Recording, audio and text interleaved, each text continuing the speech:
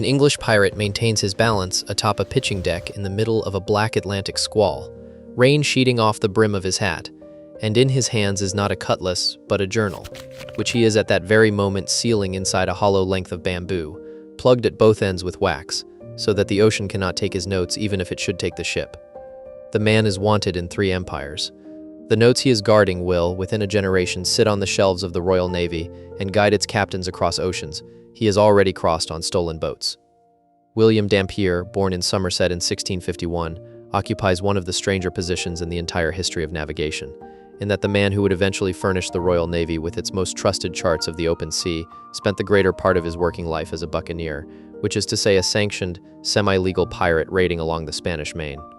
The observed record presents a figure who circumnavigated the globe 3 separate times, a feat achieved by almost no one in his century, all the while raiding coastal towns and shipping in tandem with crews that were, by any honest reckoning, criminal. Additionally, Dampier was, throughout all of this, taking notes on absolutely everything from the taste of a fruit to the behavior of a hurricane. What struck me most is that Dampier never truly mapped a coastline in the way we imagine mapmaking. Instead, what he mapped was the invisible, which is to say the winds and the currents, the great circulating engines of moving air and moving water that no eye can see and no draftsman can sketch. In particular, Dampier grasped a relationship that had eluded far more educated men, namely that the prevailing winds were themselves the drivers of the surface currents, the air dragging the water along behind it across the whole width of the tropics. Arguably, his most important insight is that the sea and the sky are not 2 separate domains but one coupled machine. His method, if it can be dignified with the term, amounted to obsession. As Dampier himself framed the purpose of his writing, he wrote to be useful to the world, and the observed accounts bear this out with a relentlessness that borders on the compulsive.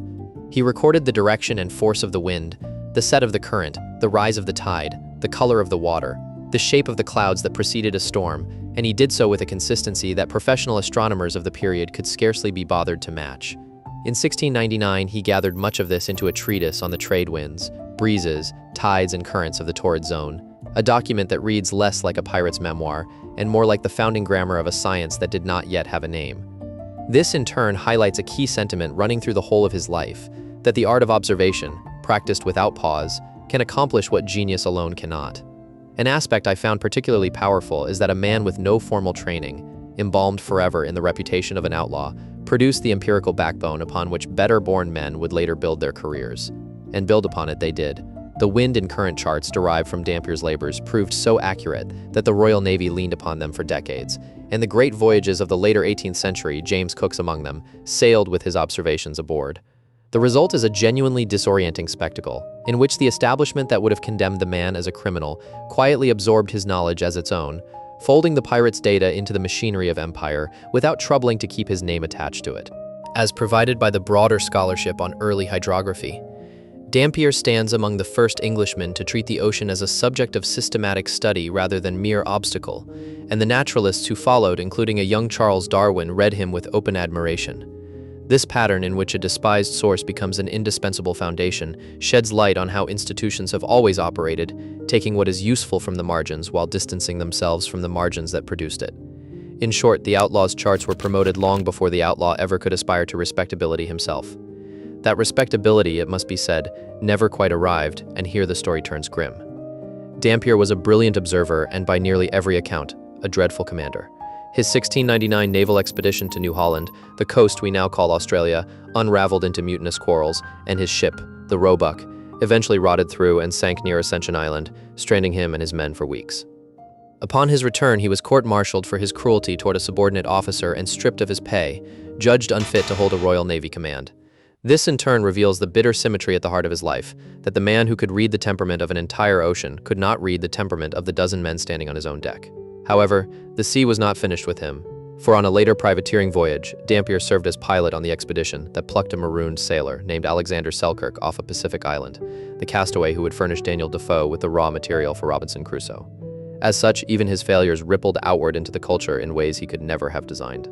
The final irony, and the one that stood out to me above all others, is one of profound obscurity.